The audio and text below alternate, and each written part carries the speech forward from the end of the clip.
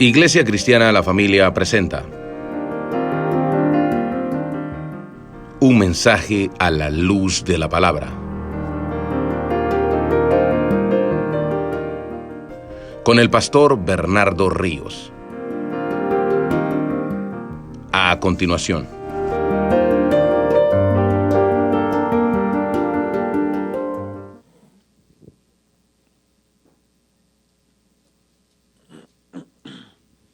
Quiero decirles que usted eligió muy bien el día de hoy cuando se levantó y decidió ir a la iglesia. Y eligió ir a la iglesia entre las demás actividades que seguramente tenía, porque siempre hay algo que hacer. Y dijo, voy a ir a la iglesia mejor. Eligió muy bien. Vamos a leer y oramos. ¿Lo tienen? Hechos capítulo 1, versículo 1. En el primer tratado, oh Teófilo, hablé acerca de todas las cosas que Jesús comenzó a hacer y a enseñar. Vamos a orar, que Dios nos ayude. Te damos muchas gracias, Padre, por esta mañana. Es un gran privilegio, Señor, para mí el poder compartir las Escrituras con nuestros hermanos. Es un desafío, pero yo sé, Padre, que con tu ayuda todo es posible, Señor. Así que me encomiendo en tus manos y te ruego que me ayudes, me des sabiduría, gracia delante de los oyentes y bendigas a tus hijos, Padre, con tu palabra. Igual que ellos sigo aprendiendo, pero con tu ayuda sé que puedo enseñarles y modelarles, Señor, el Evangelio. En el nombre de Jesús, amén. Amén. Se me cayó por aquí un cable. Vamos a acomodarlo por acá. Es el que usamos para el discipulado.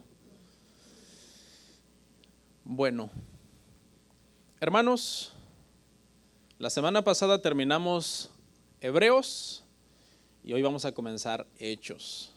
Amén. Estuve pensando si dar un tema de break, pero luego me di cuenta que vienen algunas fechas especiales en donde quizás voy a tener que dar algunos temas especiales, como el Día del Padre. Y entonces dije, no, mejor me sigo. Y así en esos breaks aprovecho para dar esos temas especiales. Amén. Nuestras series son expositivas, verso a verso, pero tratamos de que, bueno, al menos estoy tratando yo, de que cada tema sea independiente, que cada tema tenga su propio clímax, para que así no dependamos de oír el tema que viene, o el tema 15 para entender el 14, o el tema 28 para entender el 29, sino que cada tema sea, aunque es verso a verso, independiente y tenga su propio clímax, sus propias aplicaciones prácticas, su propia enseñanza. Amén. No es fácil, pero se puede con la ayuda del Señor, hermanos. Hechos tiene 28 capítulos, hermanos. Amén. Así que vamos a estar acá un buen rato acampando en el Hechos, en los Hechos. Sin embargo, aunque es largo, voy a tratar de avanzar lo más que pueda en algunos temas que de repente se parecen y los vamos a ir no saltando, pero sí viendo más brevemente, porque ya abundamos en ellos en un tema anterior, por ejemplo. Haremos todas las pausas que sean necesarias para abordar temas especiales, así que aunque es largo, vamos a estar tomando pausas para abordar algún tema X o Y que se presente, hermanos. Hermanos, el Nuevo Testamento tiene 4 tipos de literatura: evangelios, historia, cartas y apocalíptica. 4 tipos de literatura diferente. Hechos pertenece a la sección de historia. Es el único libro de hecho de esta sección.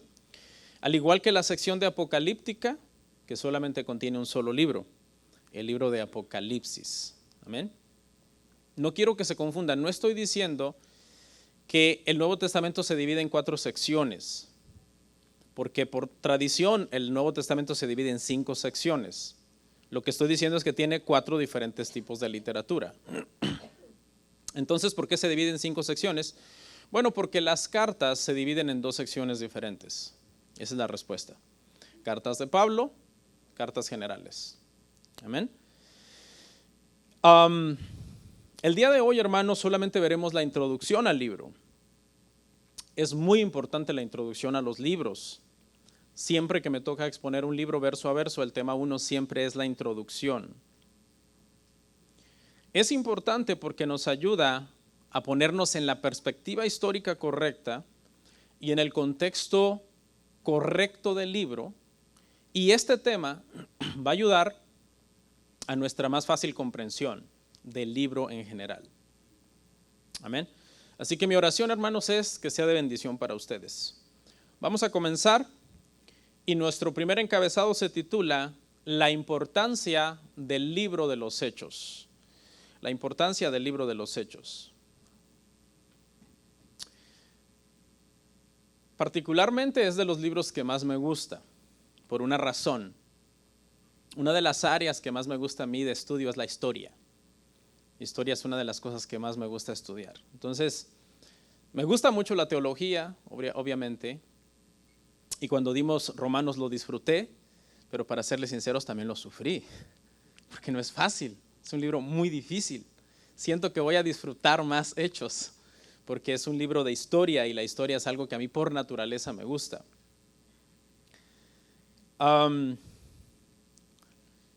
Por eso digo que es uno de los más hermosos del Nuevo Testamento en mi caso. ¿Ok? ¿De qué habla Hechos, hermano? Bueno, de historia. ¿De qué historia? Habla de los primeros 30 años de historia de la iglesia primitiva, cuando todavía los apóstoles de Cristo están vivos. Por eso es que muchos le llaman los Hechos de los Apóstoles, porque habla de esa historia. Quiero aclarar que no son 30 años de historia exhaustiva, donde el autor se dedicó a relatar cada detalle de esos 30 años de historia de la iglesia o cada detalle de la vida de los apóstoles. Solamente relató lo que era importante para lograr sus propósitos como autor del libro. Todo estudiante de la historia de la iglesia que quiera estudiar los aproximadamente 2000 años de historia que tiene la iglesia cristiana, tiene que empezar aquí. Tiene que empezar por los primeros 30 años de historia de la iglesia primitiva, y está registrada en la Biblia, los Hechos de los Apóstoles. Amén. Durante este periodo, hermanos, de historia, lo que sucedió básicamente fue lo siguiente: un pequeño grupo de creyentes, seguidores de un tal Jesús, en Jerusalén, hermano, se convirtieron en miles y miles de seguidores de Cristo, miles y miles de cristianos que se diseminaron por todo el imperio romano.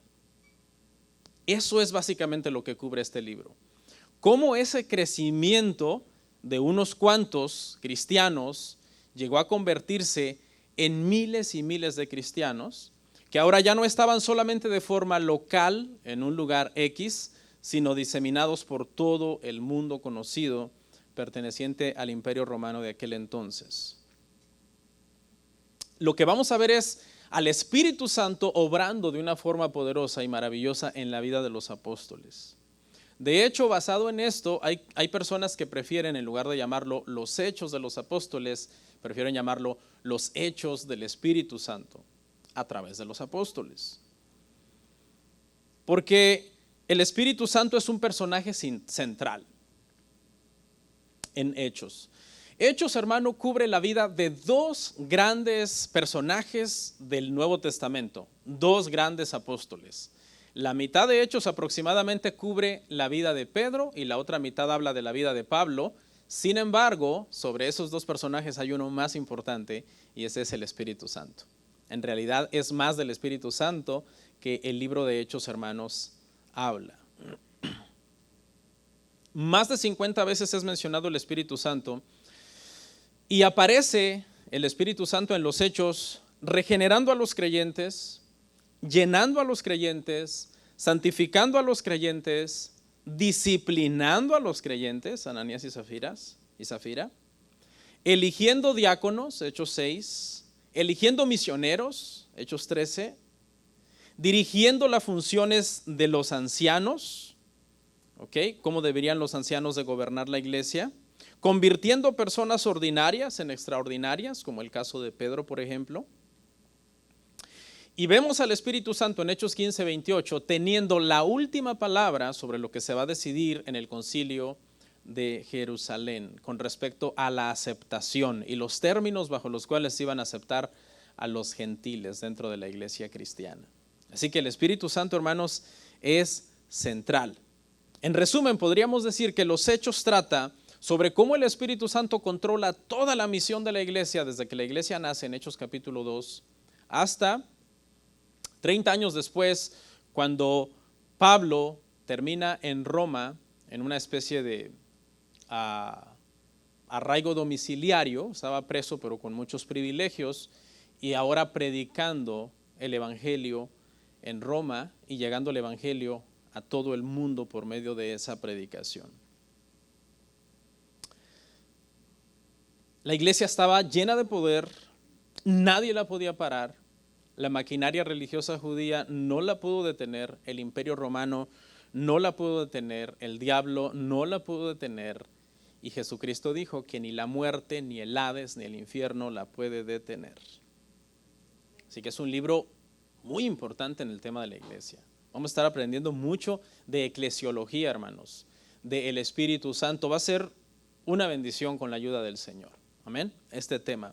Aquí aprendemos cómo evangelizar a los incrédulos, cómo discipular a los creyentes, cómo apoyar las misiones y enviar misioneros, cómo establecer una iglesia, cómo manejar esa iglesia que se ha establecido, cómo gobernarla de una manera bíblica y todo eso para la gloria del Señor.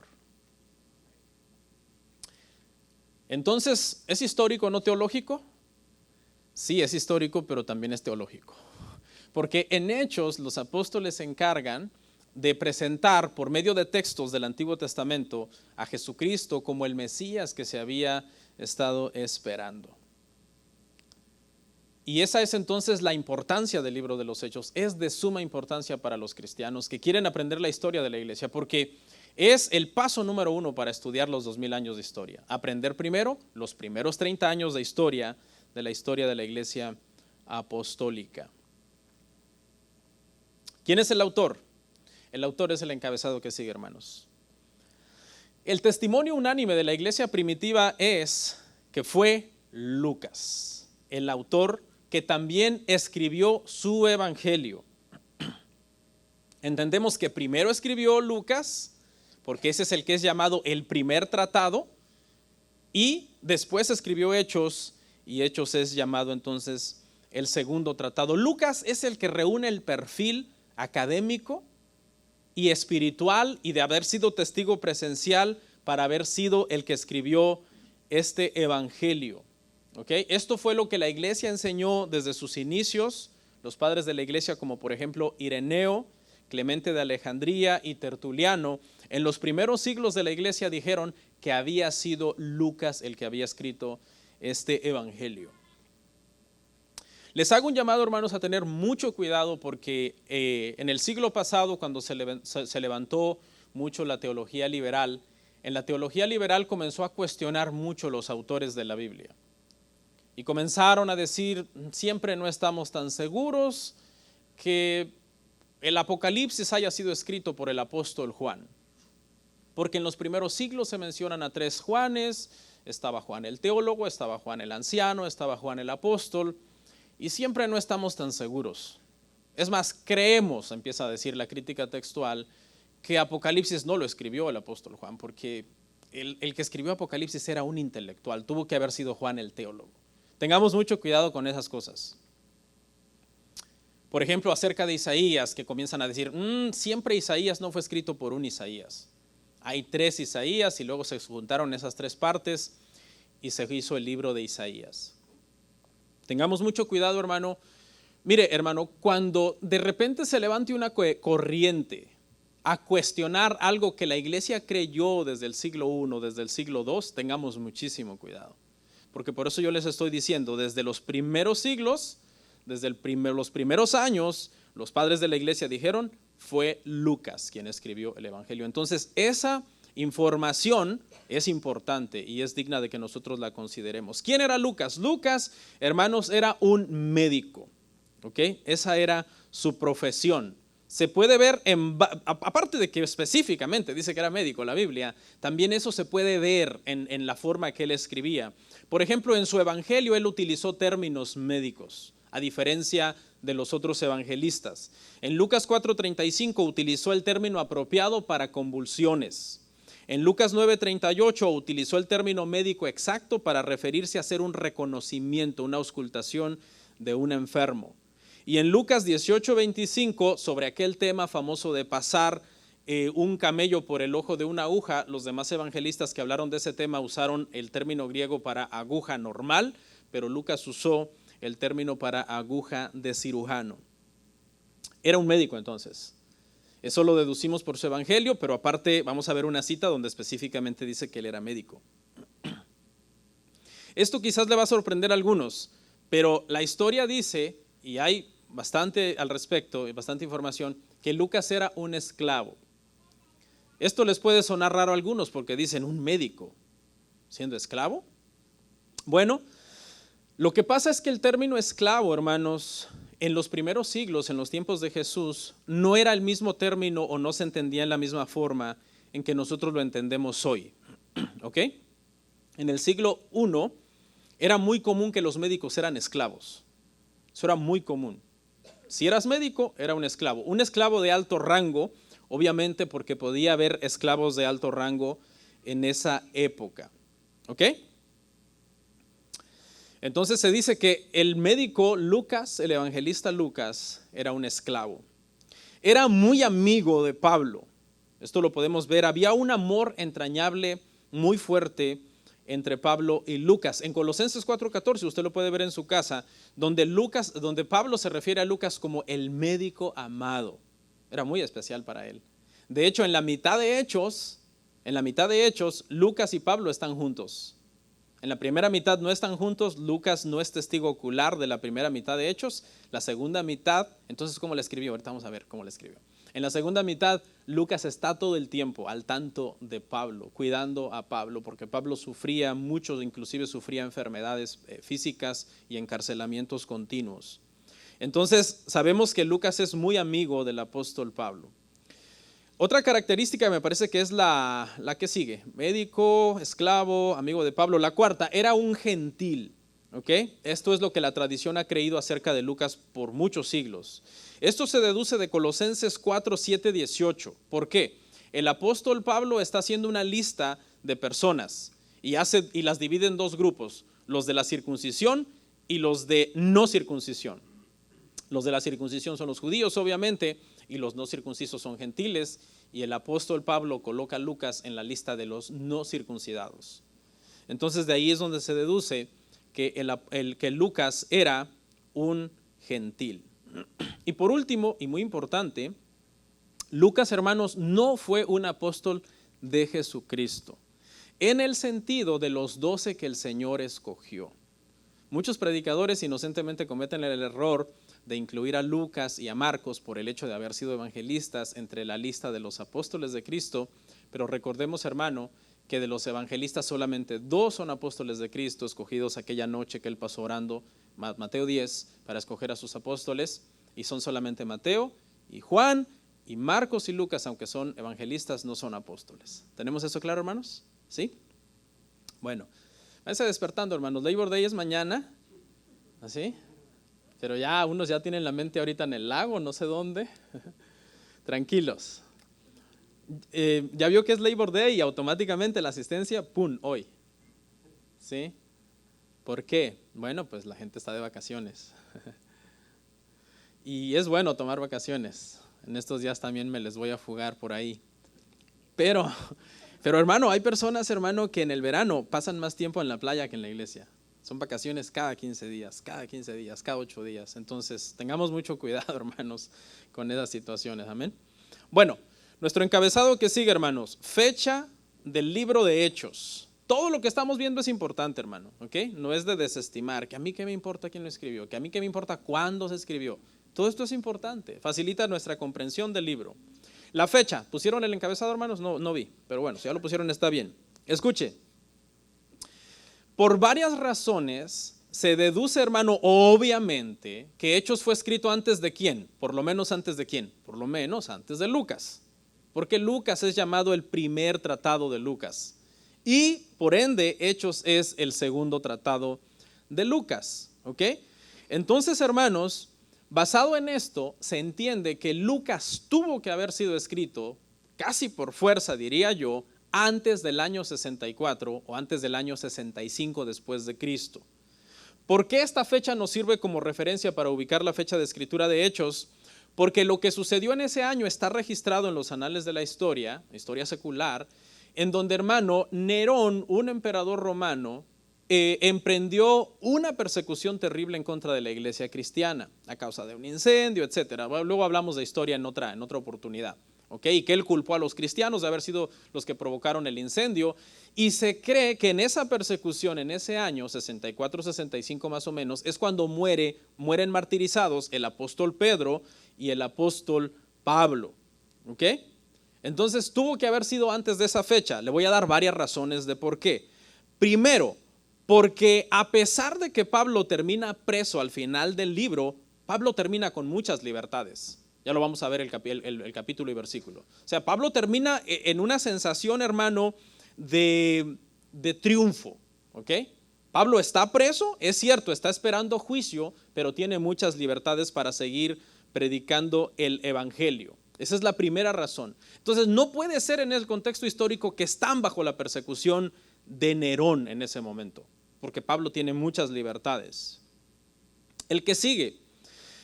Hermanos, si Lucas como historiador se hubiera saltado la persecución, o sea, no hubiera relatado la persecución de Nerón, no hubiera contado este trago amargo por el que tuvo que pasar la iglesia en aquel entonces no sería un íntegro historiador, porque nos está hablando de la historia de la iglesia y algo que sucedió, donde fue una terrible persecución contra los cristianos en la iglesia temprana. Él no lo está diciendo. Sería muy ilógico, ¿verdad? Que algo tan importante para la iglesia en esos primeros 30 años, Lucas no lo relate. Tercero, sería casi increíble que Hechos se haya escrito después de la destrucción del templo judío. Jerusalén y el templo judío, hermanos, fueron destruidos en el año 70 de nuestra era. ¿Ok? Si Hechos se hubiera escrito después de ese año 70, ¿qué tipo de historiador se salta algo tan importante? No tendría sentido. Y último y cuarto punto, el libro relata varios conflictos entre judíos y gentiles. En Hechos vamos a ver mucho ese conflicto entre judíos y gentiles. Esos conflictos se daban porque el templo estaba en pie. Y habían disensiones entre si sacrificar o no sacrificar, qué hacer con respecto a ciertas dietas y a ciertas cosas. ¿Ok? Entonces, como el templo está en pie cuando Hechos se escribe y el templo se destruye en el año 70, el autor de Hechos considera prudente hablar de esas cosas. Pero si el templo ya no hubiera estado en pie, no hubiera sido importante, porque esas controversias no existirían más. ¿Sacrificar qué? Si no hay templo. No es una controversia eso ahorita. ¿Sí me entiende? Entonces esto nos lleva a una conclusión, hermano. Hechos se tuvo que haber escrito antes del año 70, porque no menciona nada acerca de esa destrucción, y se tuvo que haber escrito antes de la persecución de Nerón en el año 65, porque también este historiador no nos está diciendo nada de eso. Por lo tanto, creo yo, para concluir este punto, que se tuvo que haber escrito muy temprano antes del año 64, el libro de los Hechos de los Apóstoles. Amén. Entonces, cuando estemos estudiando Hechos, tenga usted en cuenta esto. No ha sucedido la persecución del año 65 de manos de Nerón, y no ha sucedido la destrucción de Jerusalén ni del templo todavía. ¿Ok? Propósito del libro, encabezado que sigue.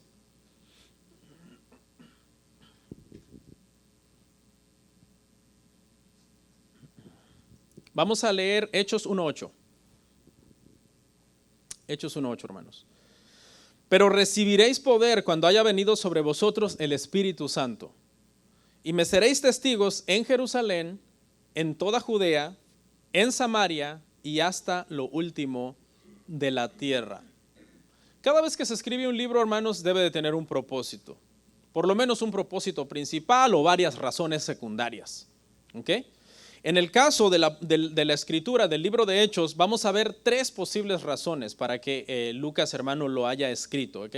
Tres posibles razones para haber escrito el libro de los Hechos. Póngame ahí la lámina, hermanos, con la número 1, que es presentar el cristianismo al gobierno romano. Esa es la primera posible razón. Lucas es un historiador y quiere presentar el cristianismo al gobierno romano. ¿Por qué? Bueno, pues porque se cree que Pablo ha apelado a César. Pablo va a ir a una corte. Pablo al final del libro termina preso, pero está esperando juicio. Tiene libertad, tiene ciertos privilegios, predicar, puede recibir visitas, acaba en una casa alquilada, pero Pablo tiene pendiente una corte, por decirlo así. Y entonces hay quien ha dicho que Lucas redacta este documento para que Pablo lo use como su defensa en esa corte. ¿Por qué? Porque es muy posible que haya llegado a oídos del César rumores falsos acerca del cristianismo, cosas erradas, desviaciones, leyendas y mitos urbanos acerca del cristianismo. Entonces, si Pablo presenta la historia de la iglesia, él dice, esto es el cristianismo, no sé por qué me estás persiguiendo. De hecho, se acuerda que antes de que Pablo sea llevado a Roma, hay un gobernador que dice, si no hubiera apelado a César, bien podría haber sido puesto en libertad, porque yo no hallo nada en él como para perseguirle, ¿se acuerdan? Los que han leído Hechos, ¿ok? Pero ¿y por qué lo llevan a Roma entonces? Porque él ha apelado a César. Y hay quien dice, bueno, entonces este documento le pudo haber servido. Porque, hermano, en los primeros siglos comenzaron a rondar por todo el imperio romano muchas difamaciones contra la iglesia cristiana. En los primeros siglos empezó a decir, por ejemplo, por malas interpretaciones de lo que los cristianos practicaban, cuando tomaban la cena del Señor y decían tomamos y participamos de la sangre y el cuerpo del Señor, comenzaron a decir, uy, los cristianos practican el canibalismo. O, por ejemplo, como se llamaban hermanos entre ellos y se casaban entre ellos, decían, practican el incesto, porque mira, fulano le llama hermana a sutana y sin embargo se está casando con ella, como si fuera un lazo biológico, pero es una hermandad espiritual realmente. Y también se empezó a circular la idea de que los cristianos eran insurrectos, porque ellos decían, Cristo es nuestro Señor. No César, Cristo es nuestro Señor. ¿Ok? Entonces es muy probable, esta postura a mí me parece bastante factible. De hecho, Calvino escribió la Institución a la Religión Cristiana para aclararle al rey de Francia cosas erradas que habían escuchado sobre los cristianos. Entonces Calvino escribe la Institución Cristiana, le dice al rey de Francia, en realidad esto es lo que creemos. No creas todo lo que te dicen de nosotros. Amén. Bueno, segunda posible razón, la segunda, hermanos, número 2, mostrar que el evangelio era tanto para judíos como para gentiles. Esta es muy factible también. Se presenta el evangelio, hermanos, como un mensaje para toda persona. No importa quién seas, color de piel, trasfondo religioso, trasfondo cultural, nivel socioeconómico, si oyes el evangelio y abres tu corazón, Dios abre tu corazón, tú puedes ser salvo. Y eso lo vemos a través del libro. Por ejemplo, vemos conversiones de Pablo, el judío. Conversión de los despreciables, entre comillas, samaritanos. La conversión de el eunuco etíope, que estaban descalificados de poder acercarse a Dios por ser eunucos. Del centurión romano, gente que era aborrecible para los judíos porque eran soldados que oprimían a los israelitas. De la vendedora de púrpura, Lidia, en Europa. Fue la primera cristiana en Europa. Entonces, esta segunda razón es muy factible. Lucas escribe Hechos para decir, hey, el evangelio es para todos, no importa tu nacionalidad. No importa si es hombre, no importa si es mujer. Si es esclavo, si es libre, si es soldado o es ciudadano. Si eres eunuco o no. ¿Ok? Si eres judío o gentil. Y eso se ve en el concilio, donde el Espíritu Santo dice, no anden molestando a los gentiles con la circuncisión. Por cuestión de conciencia, que se abstengan de fornicación, de idolatría, del hogado sacrificado a los ídolos y punto. ¿Ok? La tercera posible razón para haber escrito el libro de los Hechos, hermano, la tercera, es que pudo haber sido para presentar el avance del evangelio hasta llegar a todo el mundo. Por eso vemos el avance, desde Jerusalén hasta Roma. ¿Ok? Y vamos a ver, hermanos, 6 versículos que nos dan a entender que pareciera que esta razón también es muy, muy factible. Porque de hecho hay quien ha dividido Hechos en 6 partes. y lo dividen en 6 partes donde el Espíritu Santo decidió poner una marca diciendo hasta aquí llegamos, es un milestone, y la que sigue, y la que sigue. Y vamos a verlas. La primera parte que han dividido Hechos algunas personas es de Hechos 1:1 al 6:7. De Hechos 1:1 al 6:7. Y vamos a ver lo que dice el 6:7, mire. Y crecía la palabra del Señor y el número de los discípulos se multiplicaba grandemente en Jerusalén. También muchos de los sacerdotes obedecían a la fe.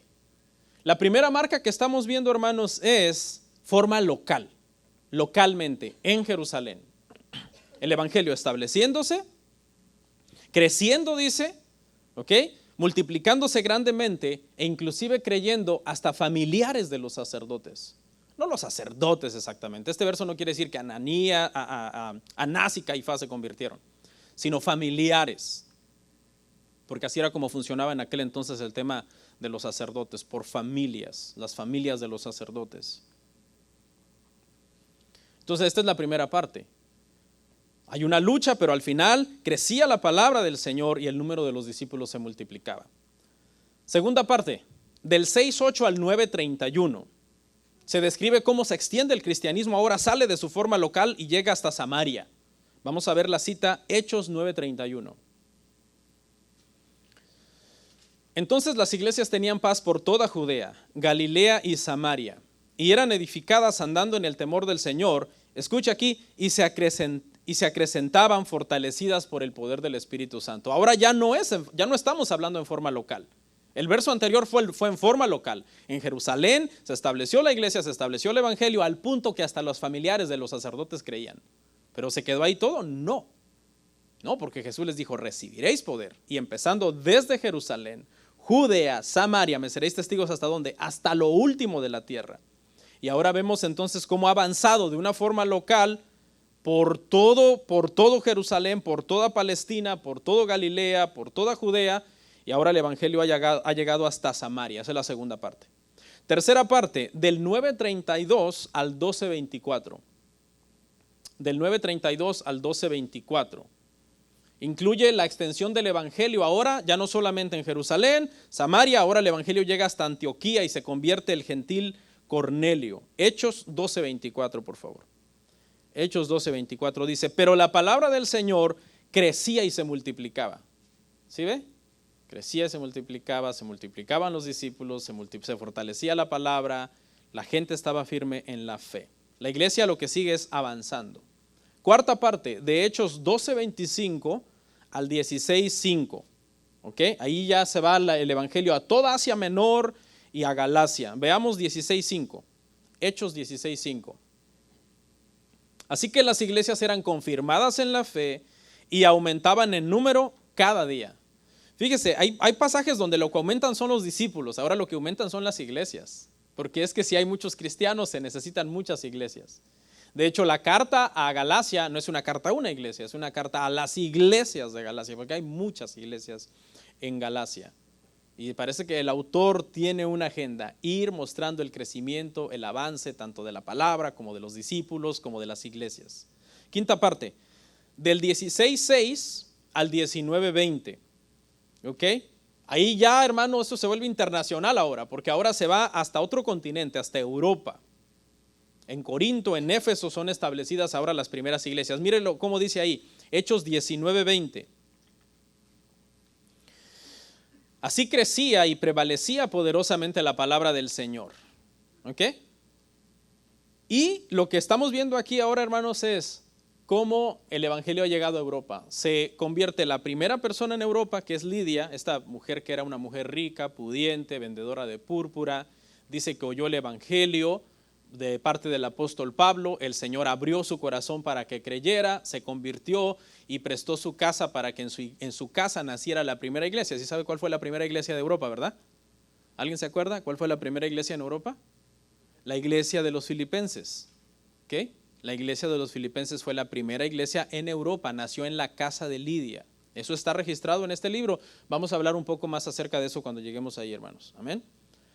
Y por último, hermanos, la última parte, la sexta parte, que va de Hechos 19:21 a Hechos 28, 30 y 31, que son los últimos versos del libro. y los vamos a leer, hermanos.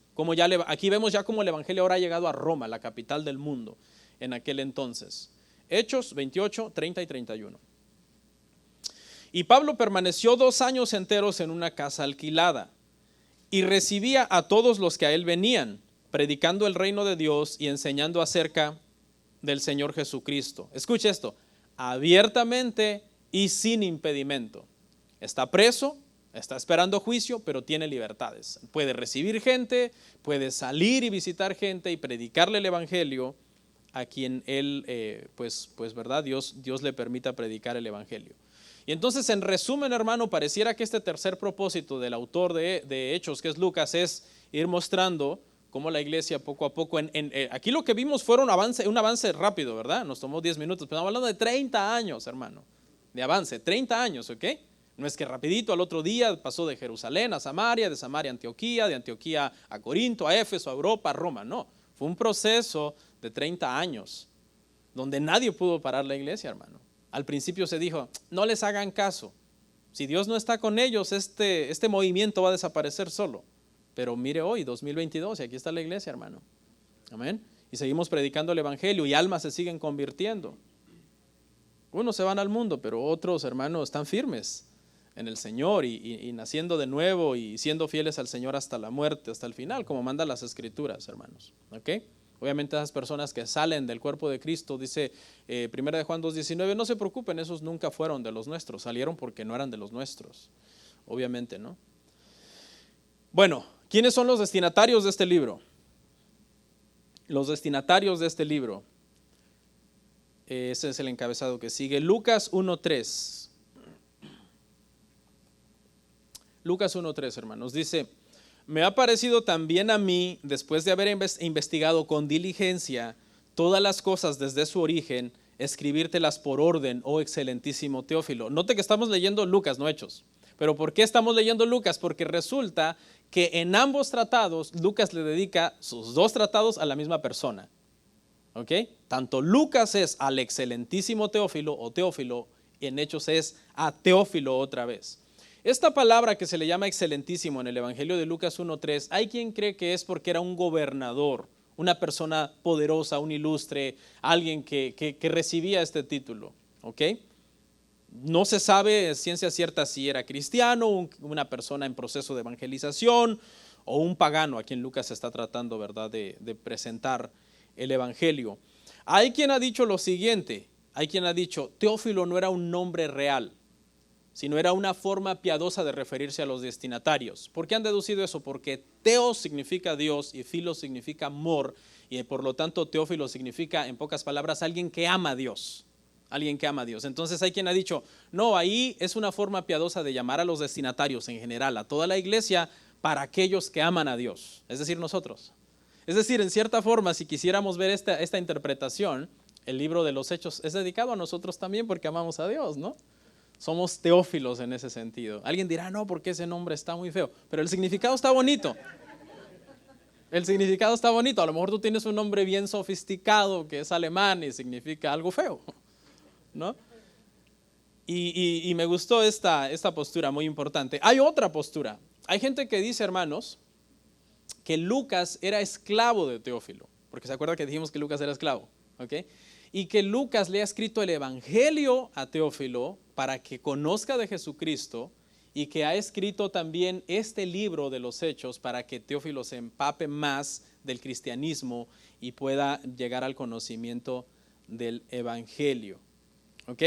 Bueno, ahí se la dejo, ahí usted la estudia, usted la analiza. Pero estas son 3, hermano, posibles razones cuando hablamos de los destinatarios. Amén.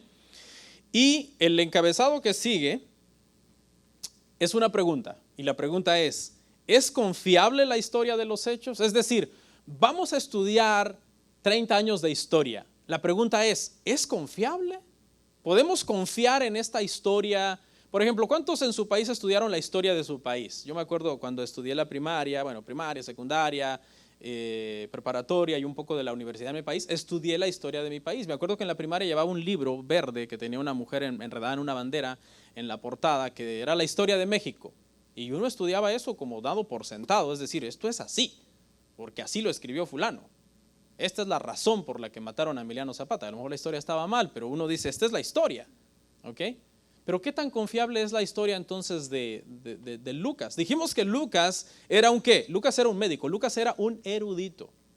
¿Ok? Lucas era un erudito. Y la historia secular, hermano, los historiadores seculares que han estudiado los dos tratados de Lucas, tanto Lucas como Hechos, han dicho que Lucas era un historiador fascinante en su investigación. Hay un historiador que por lo general se cita muchísimo, Flavio Josefo. ¿Cuántos no han oído a Flavio Josefo? Todo el mundo lo cita, tanto los cristianos como la historia secular. Flavio Josefo fue un historiador de unos años después, 30, 40 años después de la crucifixión de Cristo. Y él habla de Cristo y habla de la crucifixión de Cristo, un historiador judío. Y muchos lo citan a él. Y muchos dan sus guerras contra los judíos, sus guerras judías, que son sus escritos de él, o antigüedades judías, usos y costumbres judías, etc. Mucha gente lo da como autoridad. Dicen, si Flavio Josefo lo dijo, es verdad. Bueno, le quiero decir que hay gente que ha dicho que Lucas era mejor historiador que Flavio Josefo. Y prácticamente bien cercanos en cuanto a contemporaneidad, uno de otros, en cuanto a la historia. ¿Ok? ¿Por qué? Porque, hermano, lo que hace un historiador, ¿qué es lo que hace un historiador para escribir la historia? Un historiador que no estuvo presente, ¿qué hace? Pues investigar. ¿Qué hace? Va a las fuentes. Las fuentes más confiables son las primarias, son los que vieron, los que oyeron, son las fuentes más confiables, son lo que he llamado fuentes primarias. Fuentes secundarias ya es una información de tercera mano. ¿Ok? Dijimos, hermanos, que Lucas no estuvo presente en los primeros 15 capítulos de Hechos. Él no estuvo presente. Él escribió a lo que pasó en esos primeros 15 capítulos, pero él no estuvo. Pero esos primeros 15 capítulos tratan de un personaje en especial, Pedro. ¿Ok? Y lo más probable es que Lucas fue a esa fuente primaria y consiguió esa información de esa fuente primaria. Y fue a cada una de las iglesias a recolectar esa información. Porque si usted se da cuenta, él cómo va hablando de las iglesias en un orden. ¿Sí puso atención? La iglesia en Jerusalén, la iglesia en Samaria, la iglesia en Antioquía, la iglesia en Cesarea, la iglesia... Ay, hermanos, disculpen, está en modo no molestar. No sé, los teléfonos son locos a veces, ¿no? Sienten tu presencia, dicen, contesta. Ahí estás, ya sabemos que estás ahí. Y entonces, ¿qué hizo Lucas? Lucas fue a las iglesias y las iglesias tenían sus memorias de cómo había sucedido. Perdón. Está en modo no molestar, se los juro. Yo sé que no me creen, ¿eh? No, se le pasó al pastor. Es lo primerito que hago antes de subir aquí. ¿Dónde está el avioncito?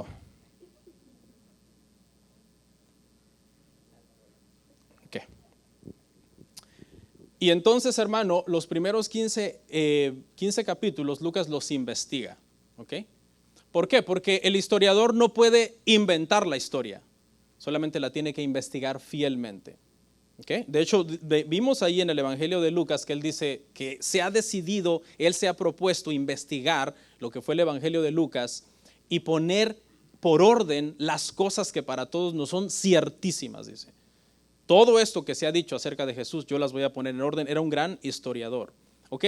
Pero, hermanos, del capítulo 16 al 28, Lucas es un testigo presencial. Lucas está ahí. Eso usted lo puede ver en su casa en Hechos 16, del 10 al 17, Hechos 20 del 5 al 18 y 27:1 al 28:16, Lucas comienza a narrar la historia de los hechos así. Nosotros estábamos en tal lugar, nosotros zarpamos para tal lugar, nosotros llegamos a tal lugar. Y entonces de ahí en adelante, Lucas escribe de primerísima mano, ¿ok?, la historia del libro de los hechos. En pocas palabras, hermanos, la historia de Lucas es fidedigna y es 100% confiable. Tanto como médico era un excelente médico, como un historiador era un historiador que nosotros podemos confiar fielmente. Fíjese lo que voy a decir. Podemos confiar fielmente en que su historia era fidedigna, pero también podemos confiar ciegamente.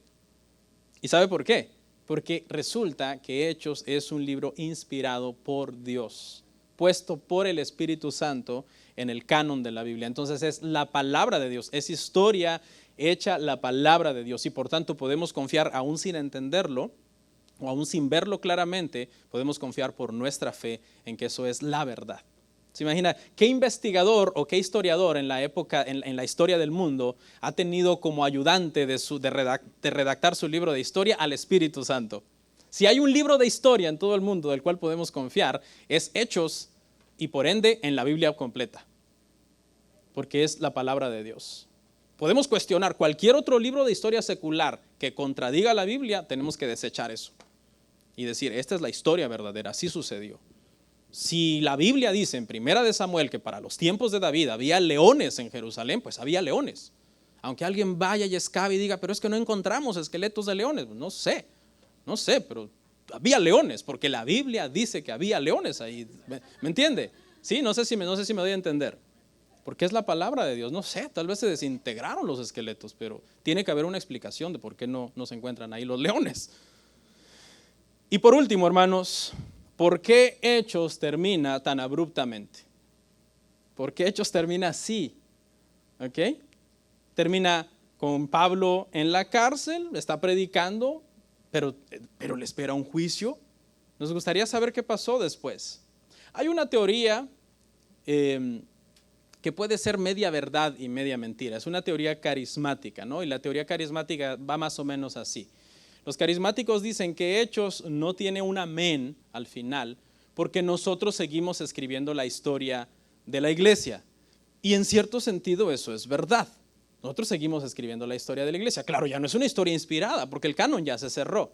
El problema es las razones de por qué los carismáticos dicen eso. Y es lo que quieren decir es que usted debe de seguir haciendo milagros. Usted, si Pedro hizo milagros en los Hechos y no hay amén, y usted es seguidor de Cristo, usted entonces debe de seguir resucitando muertos, haciendo milagros usted. Cuando lo que aprendemos en Hechos es que Hechos realmente no es los hechos de los apóstoles, sino los hechos del Espíritu Santo a través de los apóstoles. No sé si me doy a entender. Entonces pareciera eso como una verdad un poco peligrosa de que uno lo entienda así. No, es que nosotros somos los que todavía tenemos el poder y tenemos que seguir haciendo esto y haciendo no sé qué, porque Jesús dijo, estas cosas harán y aún más harán en mi nombre, sacando de contexto ese versículo. Entonces tengamos mucho cuidado. Y con esto termino. Esa yo no creo que sea la razón principal de por qué Hechos termina así. Después de todo lo que hemos visto, es bien fácil entender por qué Hechos termina así. Es sencillísimo. Y la razón es que simplemente cuando llegó al clímax de ese libro, Lucas había cumplido su propósito. ¿Y cuál era su propósito? Ver cómo el evangelio había llegado desde Jerusalén a la capital del mundo. Y recibiréis poder. Y me seréis testigos en Jerusalén, en Judea, en Samaria, hasta lo último de la tierra. Y Roma en este momento es lo último de la tierra. ¿Por qué? Porque según los historiadores seculares, gracias a las carreteras romanas y al idioma griego y algo que en aquel entonces se llamaba Pax Romana, que quiere decir que había paz en el imperio, los evangelistas pudieron desde Roma llevar y diseminar el evangelio a todo el mundo, a los confines de la tierra, tal y como el Señor les había mandado. Por tanto, ahí el propósito para el que Hechos se había escrito se había cumplido, el evangelio había llegado a donde tenía que llegar y el libro terminó. Oramos.